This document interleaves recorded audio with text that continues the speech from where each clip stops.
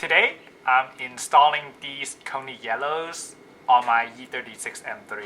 Hey guys, welcome back to another Spec video. My name is Tommy and this is my Astoro Blue E36 M3.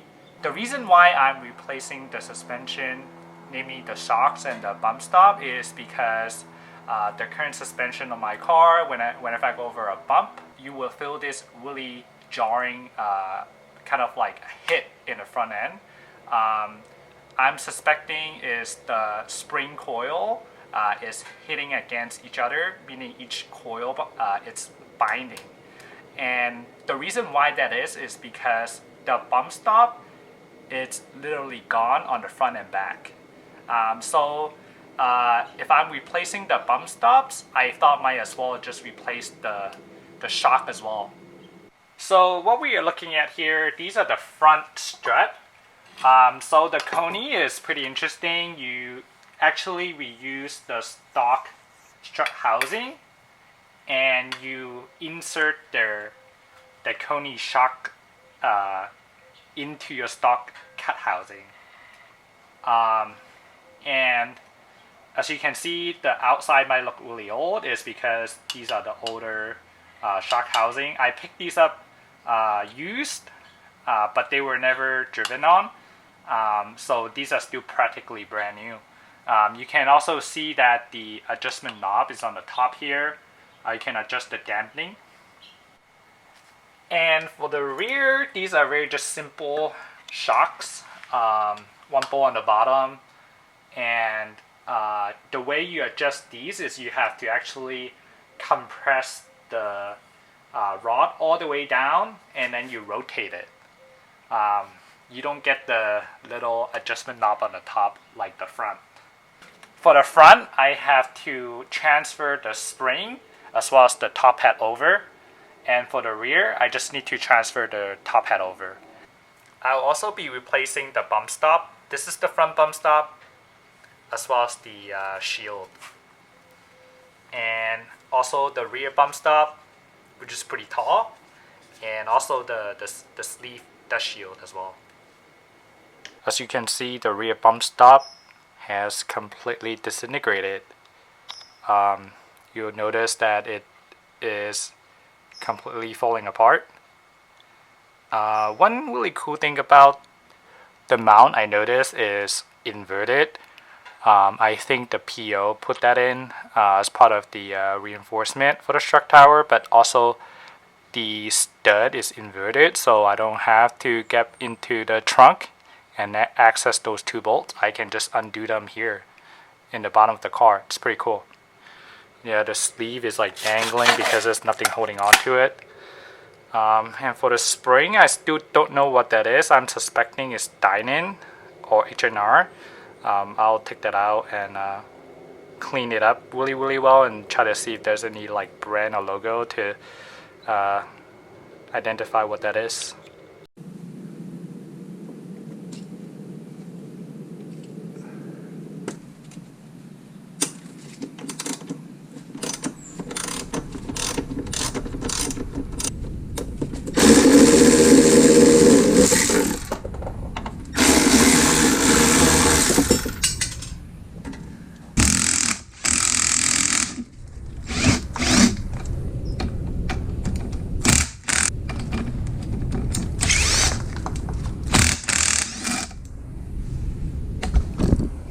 Got the rear out. I've gone ahead and removed it out from the car.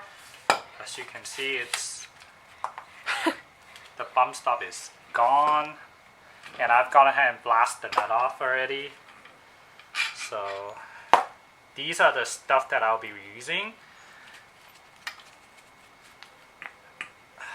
Let's see. And these are like done. I don't have to reuse any of these. Damn, dude.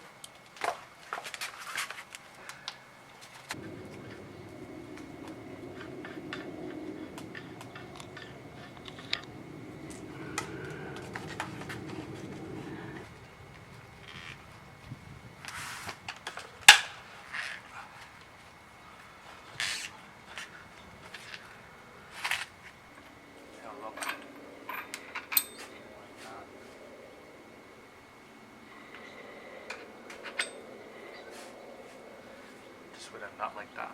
So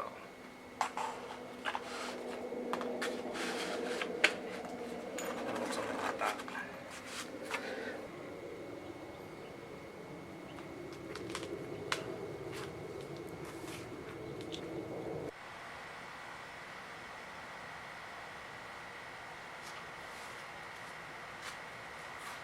The reason why I went ahead and do the Konis is because the current suspension on my car is also Konis, and I really like the way they ride or they go over bumps on the street.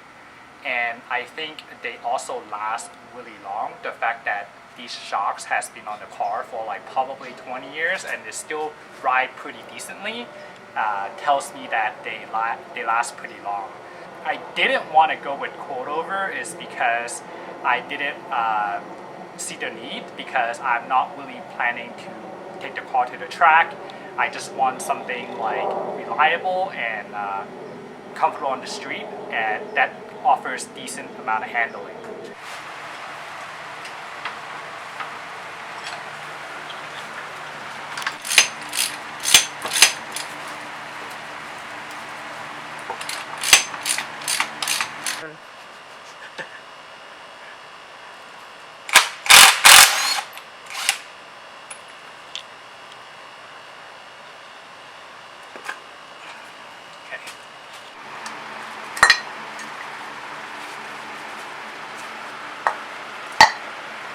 Oh, I need to put that on. As you can see, my old one cracked in 2 pieces, and the reason why I think that is because there was no bump stop, and whenever I go over a bump or pothole, all the shock and vibration most likely cracked and fatigued this washer, and it ultimately cracked in 2 pieces. And you can see the new one is nice and fresh, and this is the old one.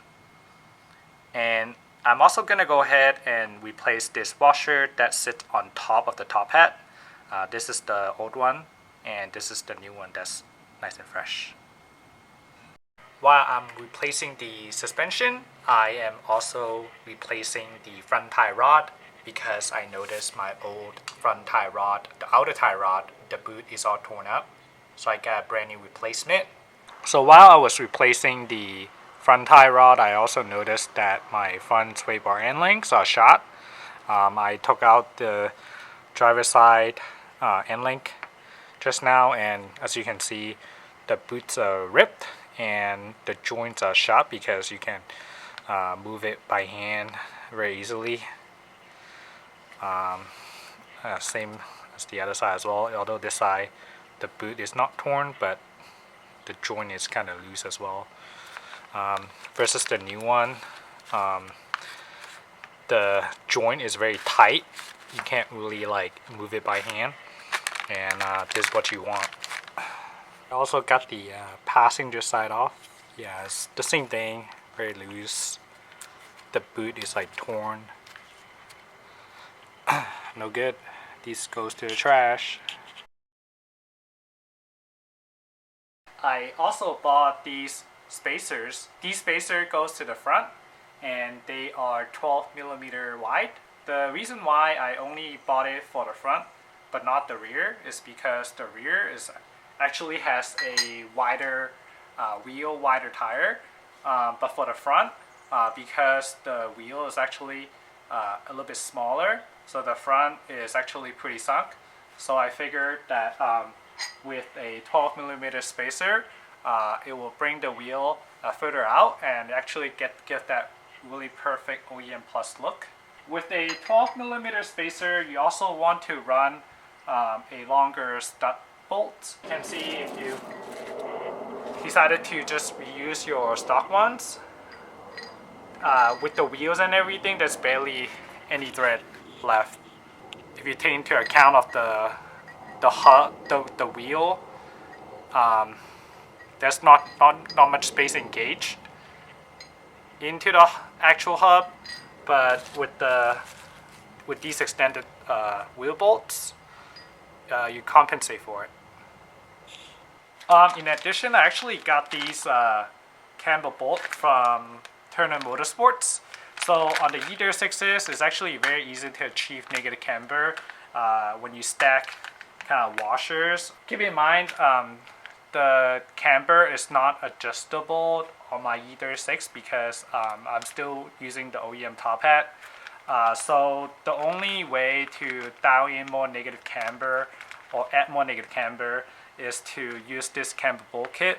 That brings back why I actually ordered the wheel spacer, because when you actually add more negative camber using this camber bolt kit, the tire would actually come in contact with the spring if you have too much negative camber. So you do need the wheel spacer to bring the wheel back out a little bit to have more clearance on the inside. And the nice thing about this wheel spacer is there's a lip for the wheel to sit on, and also as you can see you can see this like flange. There's like a little cutout, like a notch, in case that the wheel spacer does get seized onto the hub.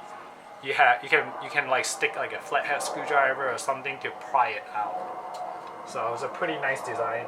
So you just stick a flathead in there. Nice. The front sucks because it spins as well, unlike the rear. So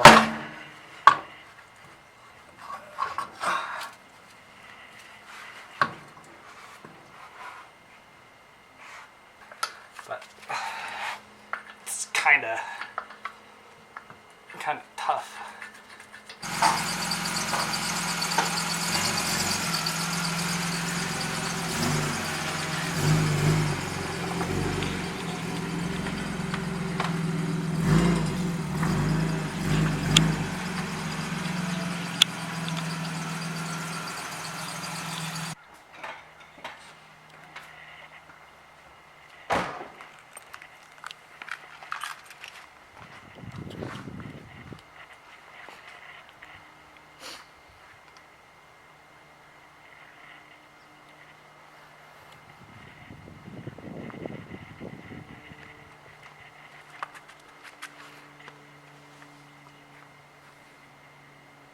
So in this video, I have refreshed the suspension.